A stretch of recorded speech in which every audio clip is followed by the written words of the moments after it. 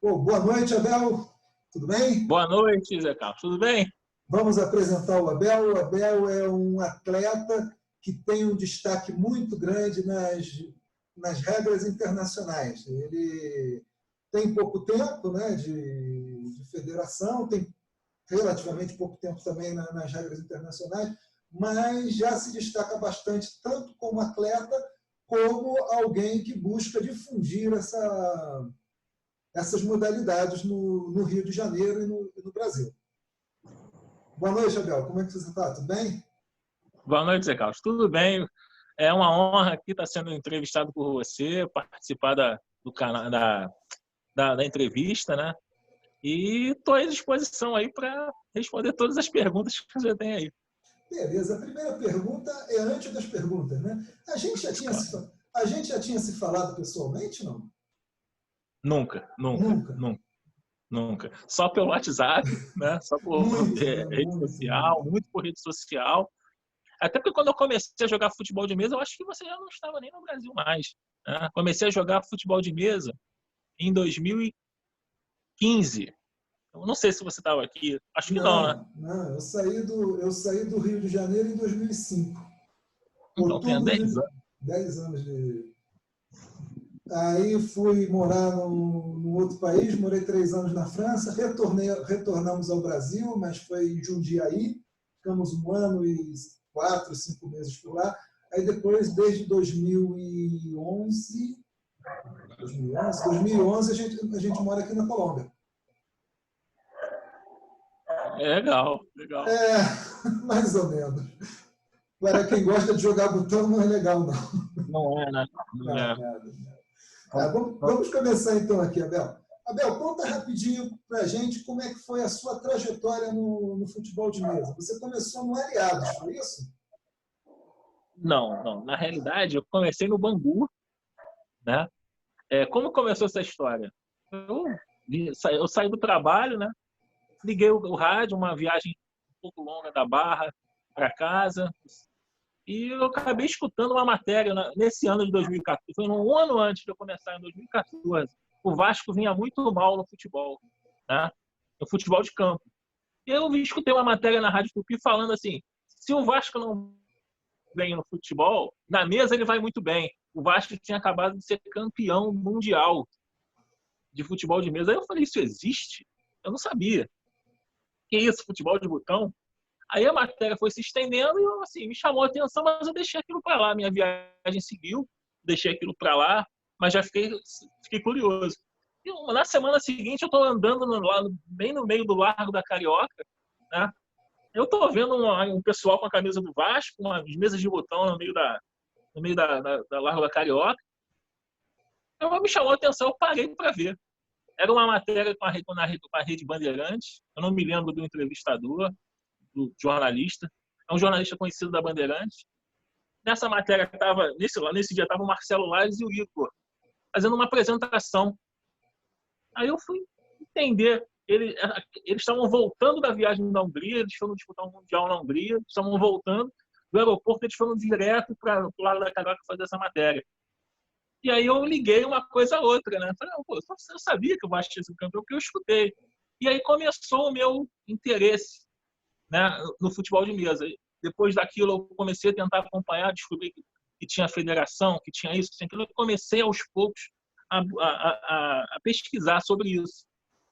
E depois eu tentei começar a pesquisar onde que eu conseguiria praticar perto da minha casa. Eu moro em Campo Grande, né, na zona oeste do Rio de Janeiro. É um pouco distante do centro, então tinha que ser uma coisa que fosse um pouco perto para mim. Então eu descobri que tinha um clube na zona oeste que praticava futebol de mesa, que é o Bangu. Então foi aí que tudo começou. Entrei em contato, comecei a monitorar o Bangu, e vi que existia atividade, conheci o Marcelo Coutinho, liguei para ele, aí fui até o Bangu, e foi aí que tudo começou. Ele me recebeu de portas abertas, braços abertos, me ensinou muita coisa e eu comecei a partir daí. Foi aí o meu start foi aí. Aí do Bangu você foi para o Vasco, né? Aí eu fiquei no Bangu até o final de 2017. Eu joguei 2015, 2016 e 2017. 2018, 2019 eu joguei pelo Vasco, né? E no Aliados, curiosamente, você comentou do Aliados, o Aliados é um clube que tem aqui em Campo Grande e ele não é um clube sempre ativo. Por exemplo, no momento que o Aliados não tem atleta, o Aliados não está jogando, não está disputando nada, não tem ninguém no Aliados. Mas eu já soube que o Aliados, um passado, já existiu o clube, já jogaram algumas modalidades. Sim, Ele saiu, voltou. E no momento que eu estava no Bangu, jogando no Bangu, o pessoal do Aliados, a região da Zona Oeste aqui de Campo Grande, ela tem muitos jogadores de botão, tem muita atleta, muita gente que gosta. Então, eu comecei a conhecer também o pessoal daqui, né? Então, quer dizer, eu frequentei muito Aliados, joguei muito botão com o pessoal do Aliados, né? Inclusive, eles jogam dadinho, eles gostavam de jogar muito dadinho. Eu nunca joguei federal dadinho, mas eu sempre gostei de futebol de botão, então eu jogava dadinho também com eles. Joguei muito com eles. Quer dizer, eu frequentava muito o clube, mas eu nunca fui atleta do Aliados, né? Eu fui atleta do Bangu e fui atleta do Vasco, né? Até o final do ano passado. Quando esse ano nós tivemos a ideia de montar uma associação aqui em Campo Grande com os atletas aqui da região, né? E foi logo no início do ano. Isso foi uma ideia meio que surgiu. Sempre houve um pensamento dessa forma, mas a determinação para se começar a startar esse processo, ela começou quase se fechando a janela de transferências desse ano dos atletas. E como se chama a associação? Associação Campo Grande de Futebol de Mesa. Isso não cria uma confusão com o Clube Campo Grande? Olha, o Campo Grande, na realidade, nós chegamos a conversar com os diretores do Campo Grande, né? O Campo Grande é um clube hoje que está passando por uma reformulação muito grande, né? Da sua base estrutural, a parte social, eles estão querendo realmente colocar o Campo Grande no cenário novamente para atender a comunidade, futebol. Eles querem voltar a ter atividades como eles tinham há 20 anos atrás, 25 anos atrás. Então, nós procuramos o Campo Grande querendo fazer parte desse projeto de revitalização do clube, né? E nós temos quase que um aval deles para começar esse processo. Mas eles ainda estão num estágio que eles ainda não conseguem ajudar a gente, né? Eles têm outras prioridades assim, muito mais urgentes, né? Então coisa bem fundamental mesmo. Então, nós tomamos essa decisão de montar uma associação, mas o nosso foco, nosso objetivo principal é unir essa associação com o próprio clube, né? Para criar essa identidade. Por isso, até que a Associação Campo Grande, apesar de ela não ser o Campo Grande Atlético Clube, ela já tem um nome parecido, né? Não é clube, mas é uma associação. Ela já tem porque a gente quer unificar isso. O nosso interesse é unificar isso. Muito bom, uma proposta bastante interessante. O Campo Grande é um clube de nome dentro da cidade do Rio de Janeiro, até mesmo no futebol, né? Se eu não me engano, ele já foi campeão da Série Prata, né? Taça de Prata. Taça de Prata, 1981, se eu não estou enganado. 81, 82, é isso. Aí, nessa época. 81, 82, acho que foi 82. 82 Campo Grande foi campeão. Eu ainda não conhecia muito, mas assim, eu fui procurar sobre a história, sobre os atletas, os jogadores que já passaram pelo Campo Grande. Então, assim, o Campo Grande é um clube tradicional, um clube de história no cenário carioca. E você até tocou num ponto interessante, né? A região nervosa do futebol de mesa no Rio de Janeiro é a Tijuca, né? A Tijuca é o polo do futebol de mesa no Rio de Janeiro. Mas, pelo que você fala, pelo que eu já conversei com o Marcelo Coutinho também, a Zona Oeste é o segundo centro nervoso, né? Sim. Há uma grande proliferação de jogadores nessa... Sim, tem muito jogador de futebol de mesa na região da Zona Oeste. A Zona Oeste é carente, porque o espaço físico é muito grande, é uma região muito grande. né? Então, você tem a Tijuca, que a densidade é muito grande, porque é um espaço, não é um espaço tão grande, mas tem muita gente naquela região ali, né? Campo Grande tem muita gente também, mas o espaço é muito maior. Então, aí você tem um clube, você tem o Bangu, hoje você tem agora o Campo Grande que está começando, a Associação Campo Grande está começando a nascer, né? Quer dizer, é muito pouco para o espaço que é essa Zona Oeste toda. E o Zona Oeste, você quando fala Zona Oeste, você não pode falar só de Bangu, Campo Grande, Realengo. Você pode falar do Recreio, da Barra. São regiões que você não vê clube ainda de futebol. Pelo menos na época, até de 2015 para cá que eu comecei, eu não vi clube nessa região. Né? Eu acho que eu não estou enganado. Não? Clube federado a FEFUMERJ não existe. A zona da Jacarepaguá tem uma quantidade de atletas, de jogadores muito grande nessa região toda. Né? Eu acho que quer dizer, vale a pena tentar. Quer dizer, eu já moro por aqui. Quem sabe não consigo atrair mais pessoas, atletas novos. Quem sabe não aparece alguém para jogar com a gente. Difundir, a gente mostrar mais o nosso esporte para essas pessoas. Né? Que existe uma federação, que é uma coisa séria, né? Que é organizado. Pessoal, porque muita gente pensa que essa é uma brinca. Não é. A gente não joga aqui, a gente não está aqui para brincar. A gente aqui tenta levar isso ao mais sério possível, ao nível mais sério possível. Tem que ser assim, né? E vamos a uma próxima, não é bem uma pergunta. Você, como eu disse no início, você tem um destaque muito bom nas regras internacionais. Você poderia fazer um resumo dos seus títulos carioca, brasileiros e cariocas, brasileiros e sul-americanos nas modalidades internacionais? Olha, vamos lá. Carioca assim, basicamente nas regras internacionais. Estaduais. Estaduais eu tenho o campeonato estadual de chapas, né? Foi o primeiro campeonato estadual de chapas, foi ano passado. O chapas foi uma modalidade recente, né? Internacional recente. Ela começou, foi o primeiro estadual, foi ano passado. Eu venci. O Subútil, os dois últimos campeonatos estaduais, eu também venci. O Sector Ball eu comecei também em 2015. De 2015 para cá, consegui também 2 estaduais individuais. Né? Além de um estadual em duplas, que eu joguei ano passado, eu joguei em duplas também com o Weber. Né? Ano passado eu fui campeão individual em duplas no Sector Ball. Subútil bicampeão carioca e Chapas campeão só uma vez. Só teve um campeonato estadual. No cenário nacional, o Chapas é a mesma coisa, só houve um campeonato estadual, um campeonato brasileiro de Chapas. Eu também venci esse campeonato. Ano passado teve o Campeonato Brasileiro de Subútil, eu também venci. E ano retrasado eu venci o Campeonato Brasileiro de Sector Ball. Isso. Então, quer dizer, nas 3 modalidades que eu jogo, nas 3 internacionais que eu jogo, eu já consegui no nível estadual e nível nacional consegui vencer individualmente. Por equipes eu também consegui com todos esses títulos também por equipes, tanto individual, tanto carioca quanto nacional por equipes. E sul-americano você ganhou o Chapas uma vez, não?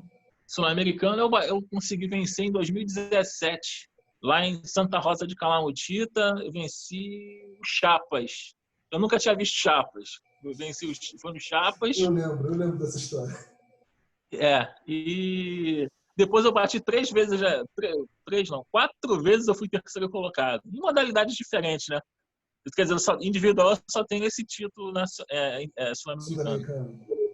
E vamos falar então, fala um pouco da modalidade chapa para a gente de uma maneira resumida, como é que é o jogo, como é que é a dinâmica. O Chapas ele é uma modalidade de origem espanhola, né? E ela é uma modalidade que é jogada com chapinha de cerveja, né? E essa chapinha ela é decorada ao fundo, né? Ela é jogada com a boca para cima. Ela tem uma decoração no fundo dela. Essa decoração não pode ser colada, ela é encaixada. E você, através de peteleco, né, você impulsiona essa chapa para ela tocar na bola. Né? O campo é um campo feito de carpete, um carpete canelado, né?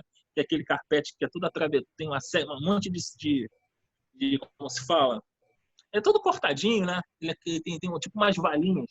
É um carpete, é um carpete específico, porque isso não é qualquer carpete que a gente joga, mas é um carpete barato, né? As chapas são baratas, tudo é uma modalidade bem acessível, né? Ela começou na Espanha, como eu te falei, e ela vem crescendo ao longo do tempo, né? Na Espanha ela é a principal modalidade, né? E nos países, principalmente na América Latina, América do Sul, ela vem se difundindo, né? Eu sei que tem os argentinos, né? Eu já escutei falar de chileno, que também joga chapas. Se eu não me engano, bolivianos também. Você... Sim. Não, na América do Sul eu posso te falar que tem peruano, tem boliviano, que tem chileno, com certeza, tem vários chilenos jogando, argentino não falta, tem colombiano jogando, né? Opa, não sabia. Tem Colômbia, tem um. É porque é complicado. O que acontece? A gente não posso te falar que, por exemplo, tem gente jogando no Peru. Eu não posso falar para você que já existe chapas no Peru. O que existe são focos, são grupos jogando em determinados países, né? Eu posso te dizer que eu não conheço, acho que nenhum país na América do Sul que não tenha chapas. Todos os países existe um foco e eles, aos poucos, de acordo com as condições financeiras, com as condições até de equipamentos, acessibilidade de equipamentos, eles vão adaptando a regra à realidade deles. Então, às vezes, o goleiro, para você rechear o goleiro é feito com tampinha PET, de garrafa PET, o goleiro, para rechear, eles não usam o mesmo material que na Espanha já é mais fácil de você ter o acesso, então eles usam outro. O campo, eles não conseguem um carpete da mesma forma, então eles acabam conseguindo fazendo de uma outra forma. Então acaba acontecendo, existe o chapas em determinados locais na América do Sul, mas ele acaba se distorcendo um pouquinho, sabe? Entendi. Isso na Europa. E os espanhóis, eles tentam, de alguma maneira, uniformizar essa prática do futebol de chapas? Eles são os principais, né? É o principal país. Né? Eles, de alguma maneira, entram em contato com os diferentes países para dizer, olha, vamos uniformizar, vamos fazer dessa maneira. Sim, eles tentam padronizar a regra, né? Eles tentam padronizar, eles tentam orientar, né? Tem a distância, né? Então eles têm muitos vídeos, muitos canais, existem grupos, eles vão se falando entre esses grupos. O próprio pessoal da Espanha, eles vão atrás eles caçam na internet o pessoal que de alguma forma posta alguma coisa. Foi como aconteceu comigo, né? Eles foram até mim e conseguiram me encontrar. Eu fui jogar o Sul-Americano na época, eu não conhecia eles. Eles entraram em contato comigo, aí quiseram me orientar, explicar algumas coisas. E é o que eles têm feito até hoje aqui com o Brasil e com os outros países da América do Sul. Todos os outros países. Eu vi um vídeo, inclusive, que o início do vídeo, né, era um vídeo de 1 hora de duração, né? E espanhol da Espanha, às vezes é duro de entender, né? Eles falam bem enrolado. Tinha uma certa dificuldade. E eles fazem uma resenha desse sul-americano que você ganhou. Não sei se você já chegou a ver esse vídeo. Vi, eu tenho até salvo esse vídeo, né? Foi quem fez o programa foi o Juan Pendoleiro. Juan Carlos Pendoleiro. Juan Carlos Pendoleiro, exatamente. É um dos principais incentivadores da modalidade no mundo. São dois, né? Ali é o Kini, né? Kini Romero e o Juan Carlos Pendoleiro. Eu tenho um projeto de fazer uma entrevista com o Pendoleiro. Em breve. Né? Legal. Mas aí o problema é que tem que colocar subtítulo, né? Sim. E tem que falar com ele, olha, meu amigo, fala devagar, porque, né, o espanhol da Colômbia não é o mesmo espanhol da Espanha. É verdade. É verdade. E aqui na América do Sul, tem um chileno que vive em São Paulo, que é o Marco Antônio Galindo. Folclórico Galindo. Folcloríssimo, Galindo.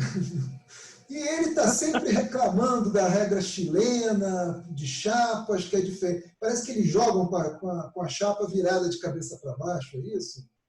Sim, sim. Na realidade, o Guga Lindo, essa briga toda dele, na realidade, ele quer colocar a regra dele. Ele está vendo que na América do Sul, o futebol de mesa, impulsionado, a América do Sul, impulsionado até pelo Brasil, né, pela organização que nós temos aqui, nós estamos conseguindo colocar algumas modalidades em evidência. Antigamente, o sul-americano começou com 12 toques e subútil. Hoje nós já temos sector ball, né, já entrou chapas. Então, eu acho que ele viu a oportunidade, né, de colocar essa regra dele, assim como os outros países têm esses focos na América do Sul, essas regras que são mais ou menos o cara adaptando a forma dele e acaba essa regra ele popularizando naquela região. Ele quer que a regra dele também seja reconhecida. Então, eu acho que a briga dele principal é essa, né? Mas como toda modalidade, ela tem que seguir um trâmite, né?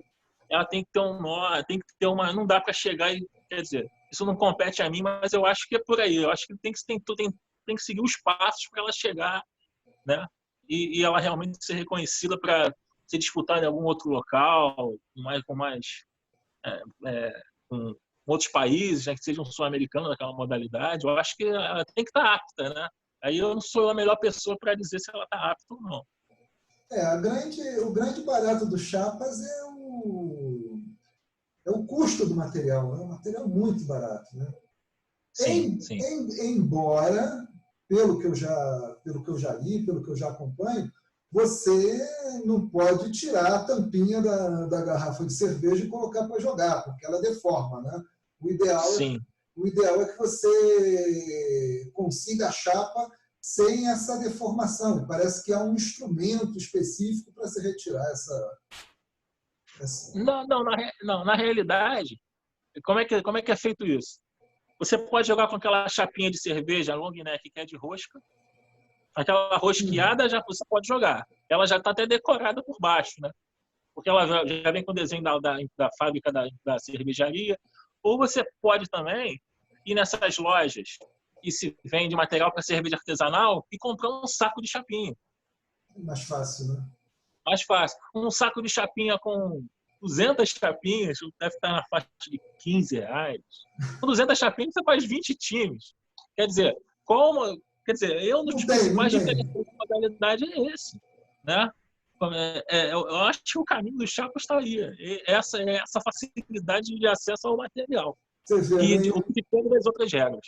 Um time de bola 12 toques está girando aí na faixa de 200, né? Até onde eu sei, né? E o de dadinho. Muito mais.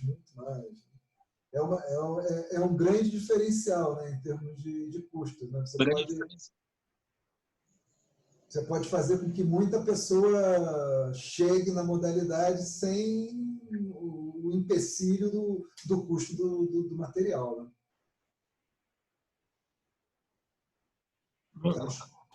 A ligação, o áudio quebrou um pouquinho. Ah, tá. Pode ir. Então vamos fazer o seguinte, agora fala um pouquinho sobre o Sector Ball para a gente. Sector Ball. Sector Ball é uma modalidade húngara, né, de origem húngara. Ela é jogada principalmente no leste europeu, né, pelos países Hungria, Romênia, Sérvia. São os países que quando o Brasil começou a jogar eram nossos rivais, né, no Sector Ball, países que já jogam há muito tempo, né? É uma modalidade assim que o espaço físico se assemelha muito a uma mesa de 12 toques, né? Você acha que você botar uma mesa de 12 toques em pé, uma mesa de sector ball em pé, você quase que não vê diferença de tamanho, são praticamente iguais. O que difere é a superfície, né? A superfície da mesa de sector ball é uma superfície um pouco mais lisa, como se fosse uma tinta a óleo, né? Uma espécie de tinta a óleo, né?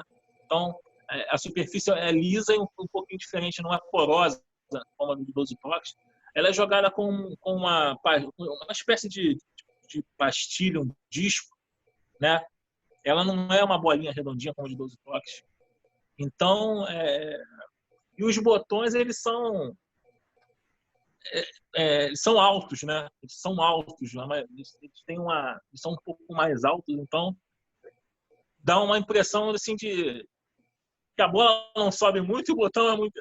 Dá a impressão que não sobe muito e o botão é muito alto, mas na realidade não é bem assim, não. Né? E você não consegue...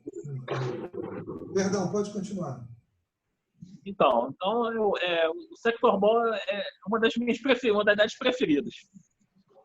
E você não pode jogar com palheta, né? Obrigatoriamente você tem que jogar com uma régua, né?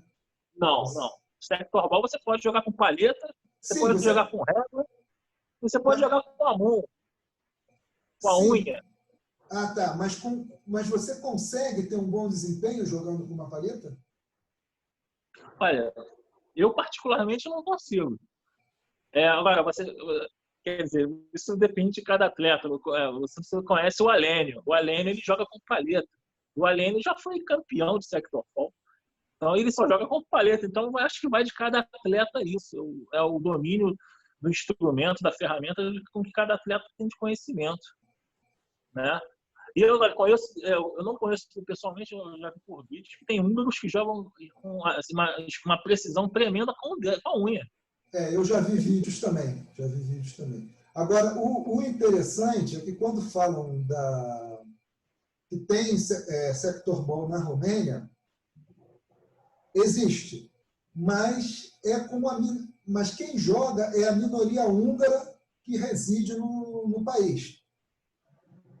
São pessoas de descendência húngara, né, que naquelas divisões que aconteceram lá na Europa acabaram ficando no território romeno. Mas é um esporte difundido entre húngaros, entre pessoas de nacionalidade húngara. Né? Isso é verdade. Se você pegar filmes antigos, filmes europeus, filmes húngaros, já existem alguns registros até que eles não chamavam de sector ball, eles chamavam de bombutsi. Tem um nome. Assim. E é muito a regra é a mesma. Alguma coisa assim. Isso. Existe, a regra é igual do sector ball, ele joga, já tem isso na própria Hungria. Então isso não é de agora, não é uma coisa que começou. Isso já vem de muitos anos, como a gente aqui no futebol de mesa. E tem muita diferença entre o húngaro e a gente jogando? Quer dizer, eles estão num nível muito mais elevado do que o brasileiro? Olha, eles estão no nível acima da gente, sim.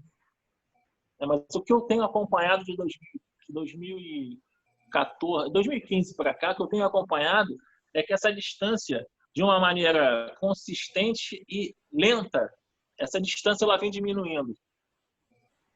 Por quê? Porque o brasileiro ele vem se dedicando muito ao sector ball. Então, se você for ver uma partida de um brasileiro jogar com um europeu, jogar 12 toques, com o pessoal com um argentino, vou dar um exemplo, dificilmente o brasileiro não vai vencer essa partida. Eu não conheço também nenhum registro que um brasileiro tenha perdido uma partida de 12 toques. Eu conheço. Você conhece? Conheço. Então, eu ainda não vi. Agora, eu posso te falar que eu assisti uma final interclubes no Vasco da Gama, na época que eu jogava no Bangu, houve um torneio internacional de sector ball no Vasco, e os húngaros vieram para cá jogar essa final interclubes, e logo em seguida começou esse aberto, né, após o término do campeonato. E jogou o pessoal de outros clubes no Rio, com a intenção de ganhar experiência. Né? Então, nesse campeonato mundial, nessa final interclubes, nesse torneio interclubes, eu vi jogadores brasileiros, uma final de mundial, vencendo jogadores húngaros. Logicamente, os húngaros venceram, mas os brasileiros venceram alguns jogos. Eu tenho um registro que quando o Vasco ganhou esse Mundial de clubes lá na Hungria, o Rodolfo perdeu um jogo. Ele perdeu o seu primeiro jogo contra o húngaro. Aí depois não, depois foi uma...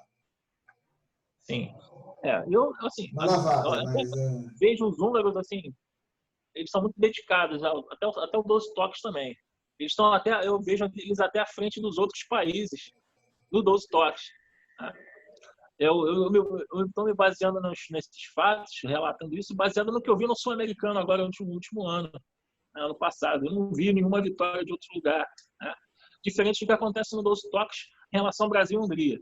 Então, eu acho que o Brasil está atrás do sector ball ainda, dos húngaros, eles jogam muito. mas eu vejo essa distância cada vez menor, e cada vez a coisa ficando mais competitiva. Eu como leigo, nunca joguei Sector Ball, nunca nem vi uma partida de Sector Ball, vi vídeos, né? E me parece uma mistura de 3 toques com disco. Procede essa comparação ou é absurda? Eu acho que você falando 3 toques, acho que está se referindo à questão do passe. Exatamente. Né? E um pouquinho da estratégia também, talvez, do 3 toques. Eu nunca joguei 3 toques, mas eu vejo o pessoal jogando. Então, tem muita estratégia envolvida, não é só você condução de bola e chute, quer dizer, tem uma outra... Cada regra tem a sua estratégia, né? Mas o 3 toques, ele também tem uma estratégia um pouco parecida assim com o Sector Ball. Mas eu acho que o disco, principalmente o cavado, ele é muito mais parecido com o Sector Ball do que o 3 toques. Justamente pela questão do chute longo, de 30 a 40 centímetros do botão para a bola, e a distância e a noção de cobertura que o cavado... Cobertura, eu digo, quando o cara tá para chutar e você tá na sua vez, você entra na frente do cara e consegue travar o chute, então você entra de uma maneira que o cara não consiga chutar. O pessoal do cavado faz muito bem isso, né? E isso é um dos principais métodos para você se defender no Sector Ball. E essa semelhança com o disco, que é óbvia, né? Existe uma semelhança muito grande, inclusive muitos jogadores, a grande maioria dos jogadores de Sector Ball, grande maioria não, muitos jogadores de Sector Ball, eles são oriundos do disco. Essa semelhança entre as duas modalidades, ela ajuda ou ela atrapalha na divulgação do Sector Ball? Na divulgação? Na divulgação, olha, não, no jogo? Com que mais pessoas jogam em Sector Ball? Sim, eu acho que sim, porque eu acredito que o público do disco é um público que ele já chega já sabendo basicamente só jogar. Ele só precisa entender um pouco da regra e da estratégia, porque ele já chega sabendo chutar, ele já chega sabendo cobrir, ele já chega sabendo fazer determinadas coisas que quem nunca jogou disco e vai jogar Sector Ball vai ter que aprender. Então, geralmente você vê um cara de disco começando a jogar, ele já se destacando, porque ele já tem uma noção de muitos princípios que são necessários no Sector Ball, né?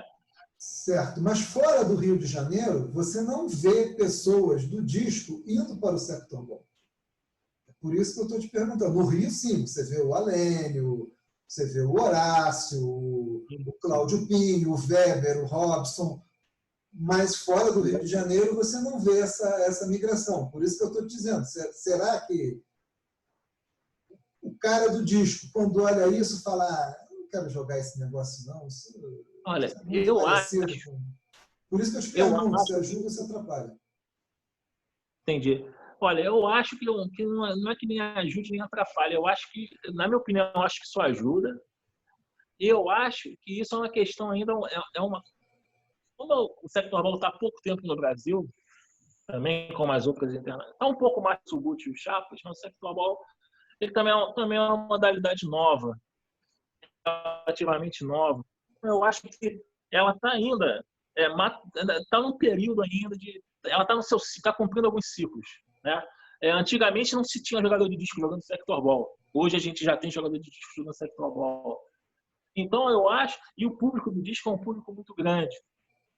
Tanto no Rio de Janeiro, no Sul com o Cavado, no Nordeste com o Liso, né? Mas o público é muito grande. Eu acho que esse atrativo de ter alguns jogadores jogando pode atrair outros jogadores de outros estados, fazer com que outros estados comecem a jogar, né? E que até atletas de outras modalidades comecem. Mas eu acho que isso não é uma coisa, é um trabalho lento ainda, é uma coisa, acho que ainda, assim como no Subbut e no Chapas, é um processo ainda lento. É o que eu acho, na opinião. Mas você já vê outros estados se interessando pelas regras internacionais, né? São Paulo já se interessa, o Paraná. Esse ano agora, o Campeonato Brasileiro de Sector Ball ia ser no interior, se eu não me engano, no interior de São Paulo. se eu não me engano, é sendo um clube no interior de Cisplatina, se eu não me engano. Ah, não, Cisplatina é na cidade de São Paulo. É na cidade, né? É Eu na acho que o cidade. campeonato ia ser lá.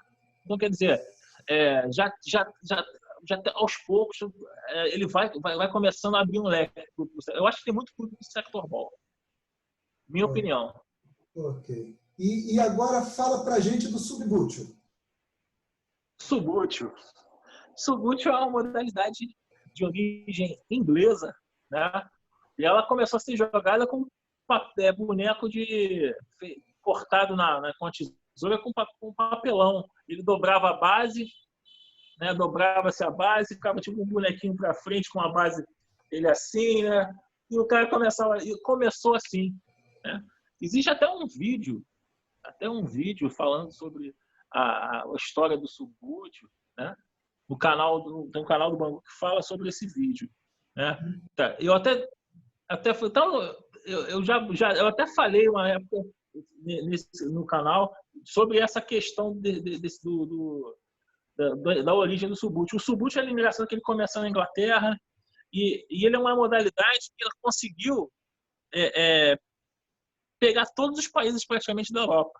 Você vê que Portugal joga, Espanha joga, Itália joga, Alemanha joga, Bélgica, todo mundo na Europa joga subbútil. Todo mundo na Europa, é incrível. Incrível. França, Áustria. França joga, tem um time bom, a França. Tem um time bom, inclusive acho que há pouco tempo teve um campeonato mundial de subbútil na França, há poucos anos aí. Agora eles têm uns torneios que são como os grandes slam do tênis, né? Sim, o ranqueamento. Eles têm um ranqueamento. E um desses torneios de grande slam, digamos assim, é exatamente na França. Sim, sim. A França é muito forte no subbútil também. Muito forte. A França, a Itália, muito forte. E Espanha também, né? Espanha também é forte em jogadores bons, muitos jogadores bons na Espanha. Mas a Itália parece que é outro planeta, né? A Itália é complicado, parece que na grande maioria os italianos eles vencem quase todos os campeonatos. Exatamente. Né? Na sua grande maioria. Tem um ou outro que entra um belga, entra um francês, entra um espanhol, mas na grande maioria, principalmente por equipes, eles estão sempre beliscando alguma coisa.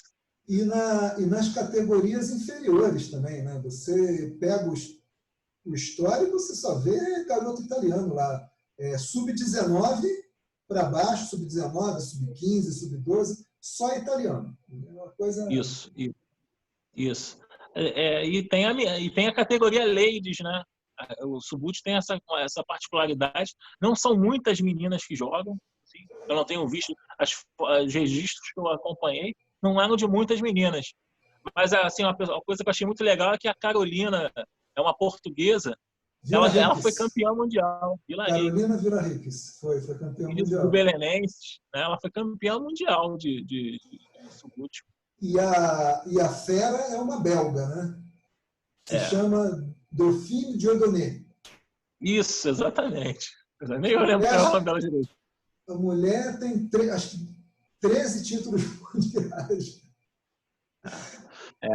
É uma coisa muito legal. Você tem uma categoria específica para as mulheres. Apesar de elas nos clubes treinarem com os homens, né? Os homens. E me diz uma coisa, no chapas você pode dar o peteleco, mas no subbútil não, né? Não. No chapas, o movimento do chapas é um movimento de pensamento. Você tem que estar sempre usando 2 dedos no chapas. Ou você faz com esses 2 dedos, ou você faz assim, ou você usa assim, né? Ou você faz assim. Você tem que estar sempre usando 2 dedos. Sempre um movimento de pensamento. No subbútil você não pode fazer isso. No subbútil a gente chama de flick. O flick você só pode impulsionar a figura com o seu dedo. Você não pode apoiar o dedo em outro para você poder fazer força e dar o flick. Você pode apoiar na mesa. Você pode apoiar na mesa. Apoiar na mesa. Você não pode apoiar no outro dedo para você ganhar força. Isso você não pode. Você tem que usar o dedo para poder avançar com a sua figura. Essa é uma diferença do Chapas para o Subbuteo, apesar de usar o dedo. E você acha que o Subbuteo é a modalidade mais parecida com o futebol? Eu acho. Eu também. Eu acho. Pelo desenho das figuras, né? Pelo Subbuteo nós não chamamos de bonecos, chamamos de figuras.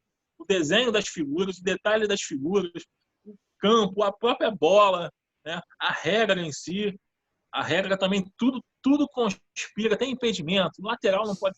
Tem uma série de coisas que fazem com que essa modalidade fique muito parecida com o futebol, né? Eu acho até que poderia essa modalidade, por ela ser tão disputada na Europa, tanta como ser um grande centro essa modalidade poderia ser até ela avançar, de repente ela virar um esporte olímpico, de repente, quem sabe?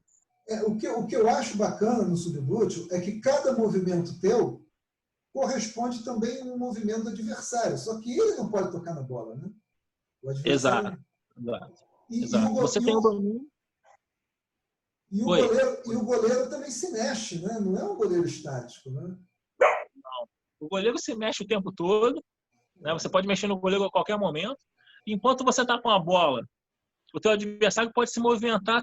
Se você der um flick, seu adversário dá um. Se você der dois, seu adversário vai dar dois. Simultaneamente, né? Você vai dar um, ele dá outro. Então, quer dizer, é um jogo muito intenso. Um jogo muito intenso. É muito. Você se movimenta o tempo todo. Em todos os lados da mesa está se mexendo. Então é um jogo bem, desgasta bastante. E uma outra pergunta que sempre me incomodou, uma coisa que sempre me incomodou bastante. O Subbuteo, ele é um sucesso na Europa. Isso aí é o centro do Subbuteo, é lá. Mas você também encontra federações organizadas nos Estados Unidos, no Canadá, na Austrália, Singapura, creio que no Japão também. Você encontra países fora da Europa, né, que tem federações organizadas e tem jogadores até de um bom nível. Mas aqui na América do Sul, notadamente no Brasil, nunca vingou. Por que você acha que isso aconteceu? Nunca vingou como nos outros países, pelo menos até o momento. Em relação aos outros países. Sim, eu acho que assim, em relação, vamos se falando de América do Sul, eu acho que o Brasil está à frente dos outros em relação ao Subbuteo, né? Agora, eu acho os principais, não vou dizer os problemas, as dificuldades que o Subbuteo passa é a questão do material, o acesso ao material é difícil porque o fabricante, para ele fazer isso, começar a fabricar isso aqui, ele precisa ter demanda, senão ele fabrica e começa e depois para. Isso já aconteceu aqui, né? E para você trazer da Europa esse material é muito caro, né? Você tem que, ou você vai mandar trazer da Inglaterra, vai mandar trazer da Bélgica, ou você vai mandar trazer da Itália, ou você vai mandar trazer da Espanha, ou você vai mandar trazer de Portugal. Quer dizer, acaba encarecendo um pouco o esporte. E você não tem, assim, e outra coisa, você gosta do Subbuteo, você viu o Subbuteo, quer jogar o Subbuteo, você vai comprar um time, você vai receber o time daqui a 2, 3 meses para ver o time. Então, isso também o cara pensa 2 vezes em investir vai gastar frete, vai para trazer de lá, vai pagar em euro. E, quer dizer, até o cara até se interessa, mas ele vai esperando e acaba que as coisas não acontecem, né? Eu vejo, sim. Não, pode continuar, depois eu faço a pergunta. Eu vejo assim, o Subbuteo, das 3 regras internacionais, eu acho, assim, eu adoro o Subbuteo também.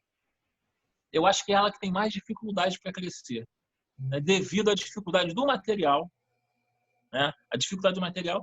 E eu acho que esse problema já é um problema das outras 3 no meu ponto de vista.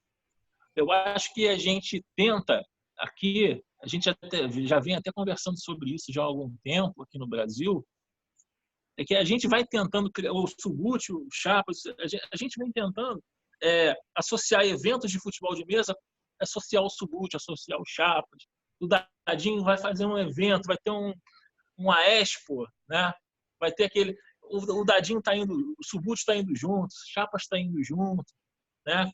Mas, assim, minha maneira de pensar, eu acho que o foco, claro, a gente tem que acompanhar quem está jogando, porque eu acho que tem gente que não conhece, que de repente desperta interesse, como já acontece hoje, algumas pessoas que já jogaram outras modalidades que jogam Subbuteo também, né?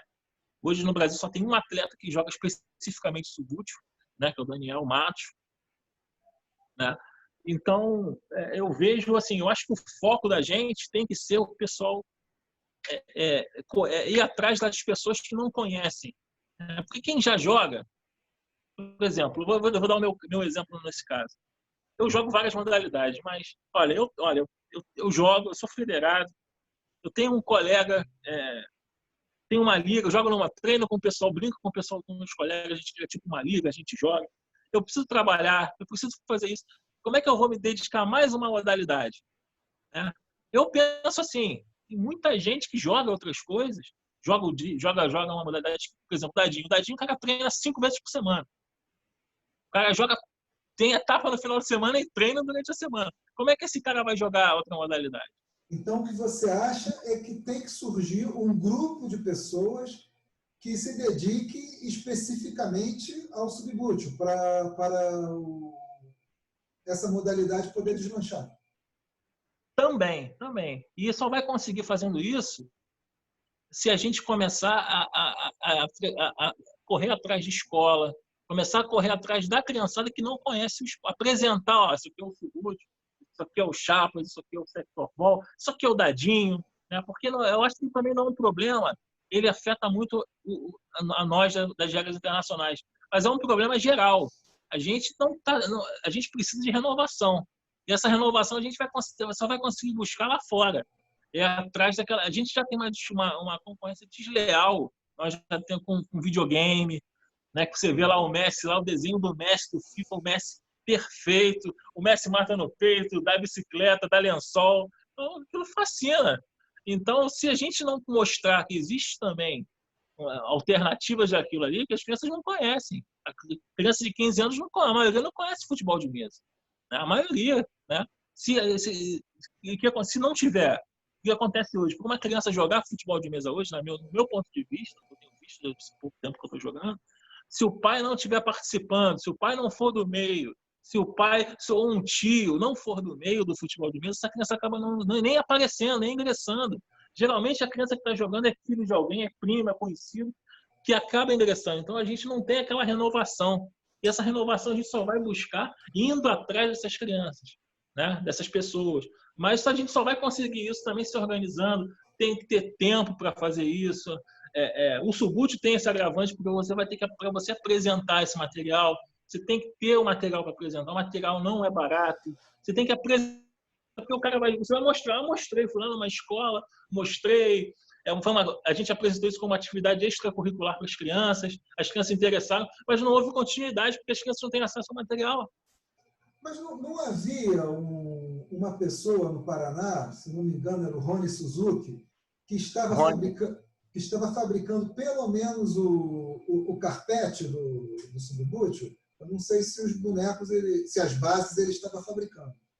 Ele chegou a um período a fabricar os campos. Até tem um campo do Rony, muito bom, por sinal. Ele fabricava também o equipamento. Ele fabrica até hoje algumas coisas. Eu não sei que pé está, eu sei que ele está fabricando também 12 toques. Material de 12 toques. Muito bom também a qualidade do material dele. E ele fabricava Subbuteo. Eu comprei já, ele pega as figuras, ele pinta à mão, ele faz aquela arte maravilhosa nas figuras, é muito bonita as figuras dele. Mas, assim, o problema é um problema maior, eu acho, né? Então, eu acho que a gente precisa, nessa situação, nessa questão toda, ir atrás das crianças. A gente tem, por exemplo, o Rony fabricando material, mas o Rony não tem para quem vender, porque o que acontece? Ele está vendendo material, a demanda é pouca, né? Ele acaba como um fabricante de equipamento de futebol de mesa, ele precisa vender. Então ele vai fabricar o quê? Para quem? Para quem consome mais. Quem está consumindo mais hoje para ele é o 12 toques no Paraná. Ele está fabricando para eles, né? Ele fabrica o Subbuteo, mas ele não tem demanda. Não, ele tá lá, mas não tem. E aí que cabe, aí que entra a gente nisso daí. Tem que ser uma engrenagem. Se a gente não começar a correr atrás dessas crianças, mostrar que existe. Porque a criança, assim, não que ela vai jogar o subútil, ela vai escolher o que ela vai jogar. Eu quero jogar disco, eu quero jogar dadinho, eu quero jogar 12 toques, eu quero jogar 3 toques. Ela que vai escolher, né? A gente tem que apresentar esse mundo para ela. E a gente, às vezes, não. Eu acho que a gente tem que. A gente não está conseguindo. Apesar de nós criarmos, fazermos eventos em áreas públicas, a gente acho que tem que ir um pouquinho mais específico. E aí, talvez aí seja ter uma coisa um pouco mais complicada, porque talvez seja a questão de uma parte política, não sei, um convênio, entrar com uma como se fala, nesses projetos sociais, com uma atividade extracurricular para as crianças, que às vezes ficam o tempo todo desocupados sem fazer nada, né? Mas aí tem essa demanda toda de tempo, de uma série de material, né? Mas eu acho que o caminho seria por aí, para essas modalidades crescerem. Tá. E agora, basicamente, são as duas últimas perguntas que eu vou te fazer, né? Vou juntar numa pergunta só. Como você vê o apoio da FEFUMERJ ao desenvolvimento das regras internacionais, né? O apoio, né, que a federação dá, e como você compara com outras federações do Brasil? Como essas outras federações fazem esse mesmo trabalho? Olha, eu não tenho que reclamar da Federação Carioca. Eu comecei no cargo da diretoria técnica no ano passado, né? Eu estou na diretoria técnica e estou também à frente da diretoria de subútil, né? Sim. Olha, desde o ano passado, quando nós começamos, nós começamos a inserir o sector ball, desculpa, o chapas, o próprio sector ball, o subútil. A gente começou a inserir nos eventos da FEFUMERJ, os eventos esses eventos que eu falei para você há uns 5 minutos atrás, esses eventos para divulgação. Eu acho que além da organização dos campeonatos, essa estrutura toda que a gente está montando de site, o nosso site, por exemplo, o que difere a nossa federação das outras. Nosso site tem todas as informações de todas as modalidades que existem. Não existe um site mais completo de futebol de mesa no mundo. Eu não vejo. Muito obrigado. Muito obrigado. Eu não estou puxando a sardinha, eu estou falando a verdade. Pô, tem informação de campeonato de qualquer lugar. Tem até resultado de campeonato fora do país. Às vezes tem matéria, campeão da Champions League em 2019 foi a Itália, no subútil. Quer dizer, tem muita informação, Então, esse é um lado, é o lado da informação, da organização, é o lado da divulgação. Agora, a federação também não faz tudo. A gente também precisa pensar em novas estratégias, porque às vezes, né, até no caso das regras internacionais, acho que nós precisamos começar a traçar isso que eu te falei, tentar alcançar locais que até agora a gente não conseguiu chegar muito. Eu acho que é ali que a gente vai conseguir novos atletas, né? Então eu vejo a FEFUMERJ hoje, ela incentivando bastante, né? Ano passado nós fizemos uma série de eventos, né? Teve evento no Barra Garden, teve evento no Extra, tem o próprio All-Star que a gente divulga, né? Que a gente divulga para outras modalidades. Então, quer dizer, a gente tem exposição.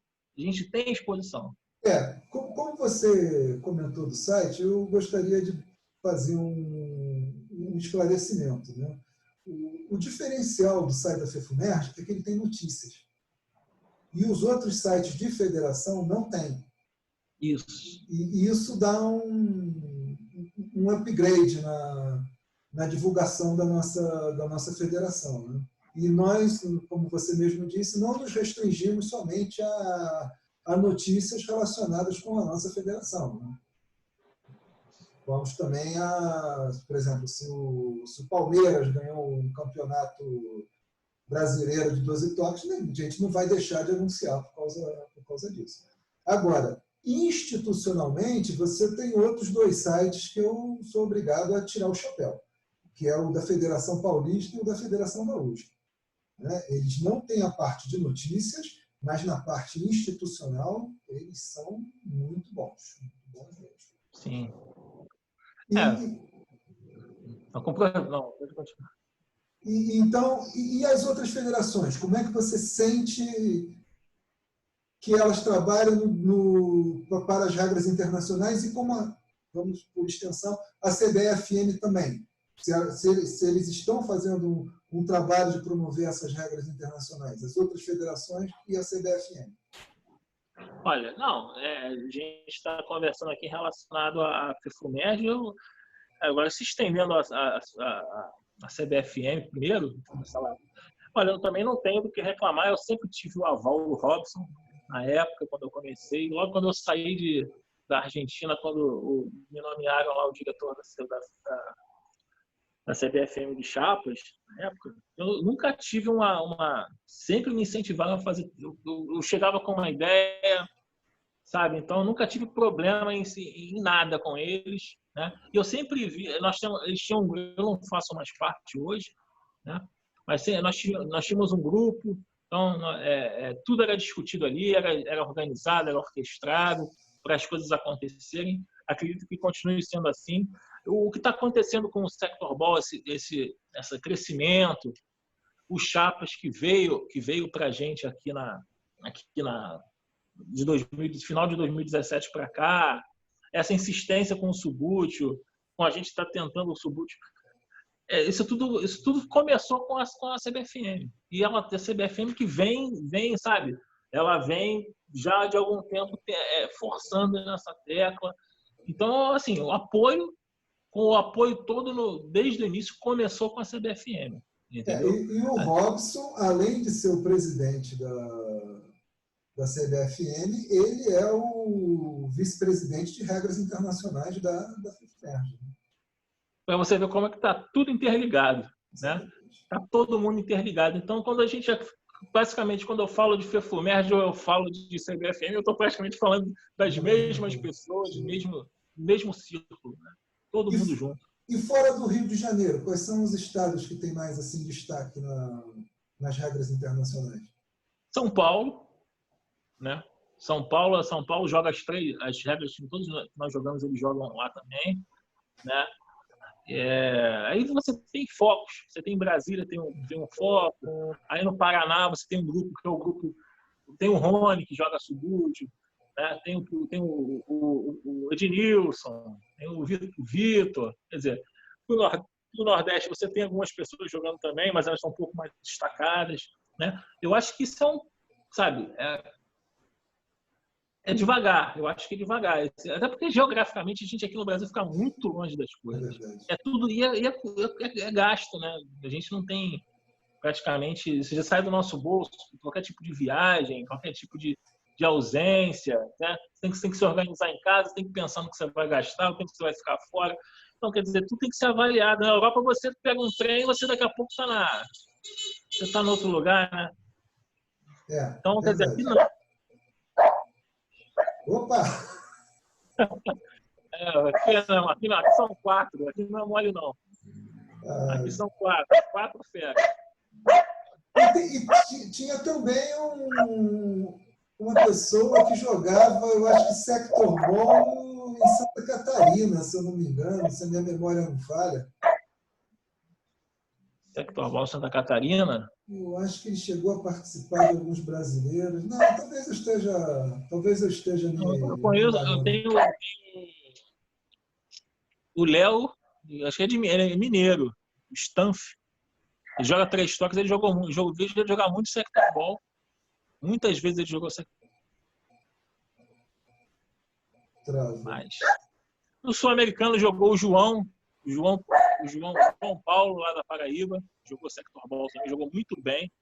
Muito bem. Tem dom para jogar, né?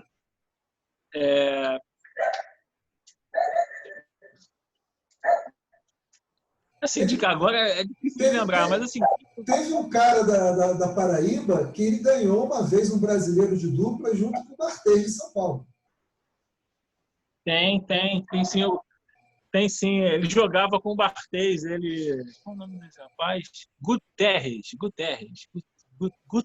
o nome dele. Eu encontrei ele no campeonato de disco, ele joga disco. Campeonato de disco, eu encontrei ele em Niterói. O campeonato de disco foi no Centro-Sul, eu acho. Não, foi o campeonato brasileiro de disco. Ele jogou. Aí eu até lembrei a ele, quando chegou com o Barthez, no campeonato de Sectorball, ele é campeão com o Barthez. Folclore com o Barthez. E a gente vê, né, que as regras internacionais estão tendo uma aceitação legal. Porque você pode pensar, não, eu já jogo a minha modalidade, eu não vou querer me meter nisso e tal. Mas talvez porque já vem acompanhado do nome internacional, isso desperta um interesse maior nas pessoas. Eu sinto isso. Que as três modalidades, elas, apesar da procura ainda ser muito pequena, né, tem potencial para se desenvolver, né? Tem potencial para que mais gente chegue nessas modalidades. Tem sim, tem muito potencial. É que nós precisamos continuar, sabe, continuar insistindo, continuar incentivando quem aparece para poder a coisa começar a crescer mais em foco. Olha, eu te recomendo muito, já é a segunda vez que eu falo isso, falei no vídeo passado também, mas vou falar de novo. Eu fiz uma entrevista com o Reinaldo e fiz uma pergunta para ele sobre o esvaziamento da 12 Toques. Reinaldo Antunes, eu não sei se você chegou a ler essa entrevista. Sim. E ele traça, de maneira bem geral, né, de passagem, um plano de atuação, né, de como você deve se organizar para, no caso ali, para levantar a modalidade de 12 toques, né, para que ela recupere o número de participantes que já teve, né. Mas esse roteiro que o Reinaldo dá, eu acho que ele vale para outras modalidades também, né? Entendi, ele pode ser, de repente, aplicado em outras disciplinas, outras modalidades. Exatamente. Eu sugiro dar uma olhada naquilo ali, porque é um material muito interessante. É legal, Abel. Muito obrigado pela sua participação. Eu que agradeço. Eu vou tentar publicar esse vídeo ainda hoje, com as limitações técnicas do meu computador velho aqui. Que isso. Não, fica à vontade aí, fica à vontade no seu tempo, tá? E já te agradeço pela oportunidade de estar falando sobre as regras internacionais, falar um pouco sobre mim, o pessoal me conhecer.